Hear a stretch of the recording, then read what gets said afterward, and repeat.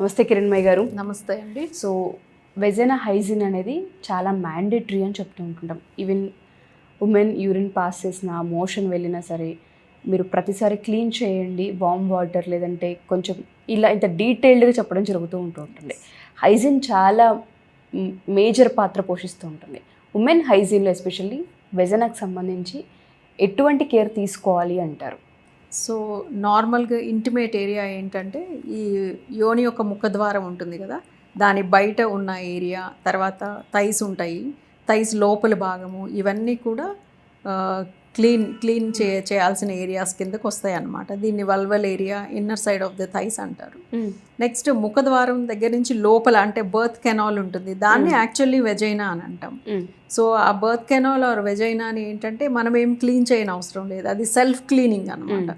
దానిలో ఏంటంటే కొన్ని బ్యాక్టీరియా ఉంటాయి, గుడ్ బ్యాక్టీరియా. సో అవి ఎసిడిక్ పిహెచ్ని మెయింటైన్ చేస్తూ ఉంటాయి. సో ఎసిడిక్ పిహెచ్ ఉంటుంది కాబట్టి బ్యాడ్ బ్యాక్టీరియా ఏవి పెరగవు, ప్లస్ అదే సెల్ఫ్ క్లీనింగ్ ప్రాసెస్లో ఉంటుంది. ఓకే. సో కొంతమంది ఏంటంటే ఈ వెజైనాలో కూడా వెజైనల్ వాషెస్ అని చెప్పేసి బయట నుంచి ఆ వాష్ తోటి ఇంటర్నల్ పార్ట్ ఆఫ్ ద వెజైనాలో కూడా క్లీన్ చేస్తున్నారు. దానివల్ల ఏంటంటే ఆ ఎసిడిక్ పిహెచ్ డిస్టర్బ్ అవుతుంది అన్నమాట. పిహెచ్ డిస్టర్బ్ అవడంతో బ్యాడ్ బ్యాక్టీరియా అన్నది గ్రో అవుతుంది.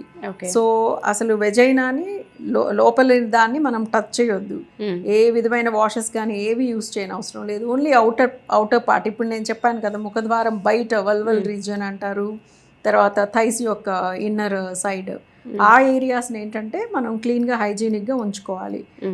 అక్కడ ఏదైనా సెక్రీషన్స్ కానీ యూరిన్ కానీ మోషన్ కానీ ఆ ఏరియాలోనే కదా పాస్ అయ్యేది. So each time just warm water తోటి నీట్గా క్లీన్ చేసుకోవాలన్నమాట.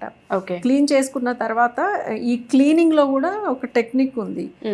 అంటే వెనకాల మోషన్ పాస్ చేసే ఏరియా యానల్ రీజన్ అంటారు, ఆ బ్యాక్ నుంచి మళ్ళీ ఫ్రంట్ యూరిన్ పాస్ చేసే ఏరియాలో ఆ క్లీనింగ్ స్ట్రోక్స్ యూస్ చేయొద్దు అనమాట. ఫ్రంట్ నుంచి బ్యాక్కి క్లీన్ చేసుకోవాలి.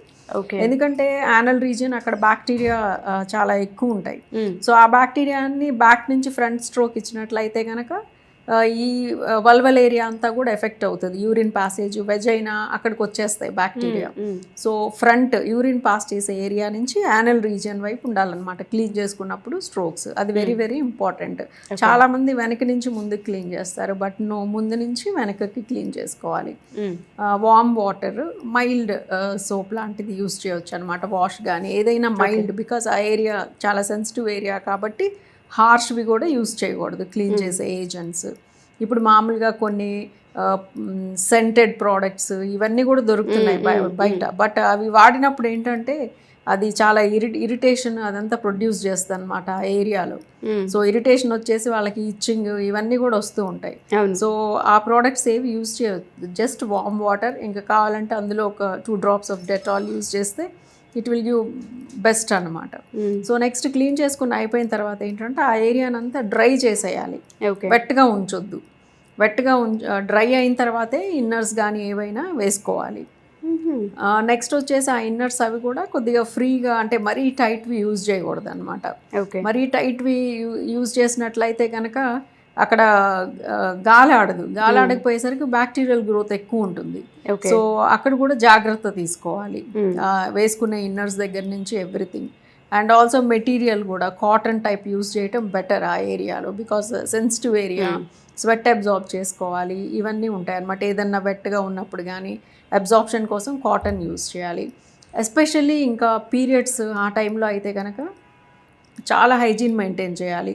Pods every 4 hours at least change చేసుకోవాలి. మరీ కుదరని పక్షంలో 6 to 8 hours కన్నా చేంజ్ చేసుకుంటూ ఉండాలి. ఇప్పుడు మార్నింగ్ పెట్టేసుకొని మరలా నైట్ యూజ్ చేయటం ఇటువంటివి చేయొద్దు అనమాట. ఎస్పెషల్లీ ట్యాంపన్స్ అయితే 4 hours ఒకసారి చేంజ్ చేయాల్సిందే, బికాజ్ అవి లోపల యూజ్ చేస్తారు కాబట్టి ఇన్ఫెక్షన్ ఛాన్సెస్ మోర్ ఉంటాయి. లోపల ఉన్న గుడ్ బ్యాక్టీరియా అవన్నీ కూడా ఆ ట్యాంపన్లోకి అబ్జార్బ్ అయిపోతాయి అన్నమాట. హైడ్రేషన్ ఇవన్నీ కూడా ఉండవు, డ్రై అయిపోతుంది వెజైనా. సో అది చాలా ఇంపార్టెంట్. ఈ పీరియడ్స్ టైంలో ఏంటంటే ఎవ్రీ 4 to 6 hours కూడా ఇవి ప్యాడ్స్ చేంజ్ చేసుకోవాలి. చేసుకున్న తర్వాత ఆ ఏరియాని నీట్గా క్లీన్ చేసుకోవాలి. బ్లడ్ ప్రోడక్ట్స్ కానీ ఇవి ఉండొద్దు. బ్లడ్ ఉన్నట్లయితే అది బ్యాక్టీరియాని బాగా అట్రాక్ట్ చేస్తుంది. సో దాంతో ఇన్ఫెక్షన్స్ వస్తూ ఉంటాయి. So every time pad change చేసినప్పుడల్లా క్లీన్ చేసుకొని దాన్ని డ్రై చేసుకున్నాక యూజ్ చేసే ప్యాడ్స్ కూడా కాటన్ బేస్డ్ ప్యాడ్స్ యూజ్ చేయాలన్నమాట. సింథటిక్వి అసలు యూజ్ చేయొద్దు.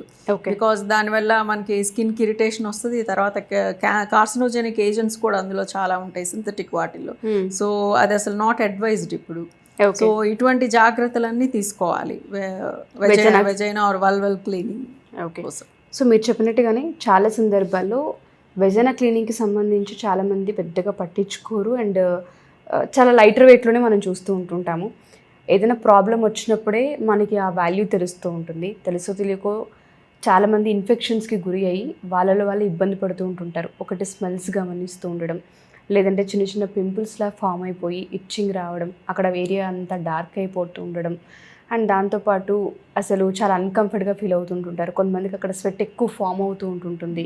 సో ఇన్నర్స్ వేసుకున్న టైంలో వాళ్ళకి చాలా ఇబ్బందిగా ఉంటుంది. ఆఫీస్లలో వర్క్ చేసే వాళ్ళకి ఇది ఒక పెద్ద టాస్క్ అయిపోతూ ఉంటుంది. అండ్ చాలామంది అది భరించడానికి టిష్యూస్ వాడుతూ ఉంటుంటారు ఆ స్వెట్ అబ్జర్వ్ చేయడానికి. ఇలాంటివి ఎన్నో ఆడపిల్లలు బయటికి చెప్పలేనివే ఉంటూ ఉంటాయి మేడం. యాజ్ ఏ కాస్మెటిక్ గైనకాలజిస్ట్గా మీరు కనుక చూస్తే మాకు ఈ ప్రాబ్లమ్స్ ఉన్నాయి, వీటి నుంచి మేము బయటపడాలనుకుంటున్నాం, మాకు ఒక సజెషన్ కావాలి అనుకుంటే మీ దాకా రాగలిగితే ట్రీట్మెంట్స్ అనే కాదు కొన్నిసార్లు కౌన్సిలింగ్ చాలా మ్యాండేటరీ అని చెప్తూ ఉంటుంటారు. వాటికి సంబంధించి కొన్ని విషయాలు ఒక డాక్టర్ మాట్లాడుతూనే అర్థమవుతుంటుంది. మిమ్మల్ని ఎలా అప్రోచ్ అవ్వచ్చు అంటారు అండ్ ఏ విధంగా మీట్ అవ్వచ్చు అంటారు? స్క్రోల్ అవుతున్న ఈ నెంబర్కి కనుక కాల్ చేసినట్లయితే మీకు అపాయింట్మెంట్ ఫిక్స్ చేస్తారు.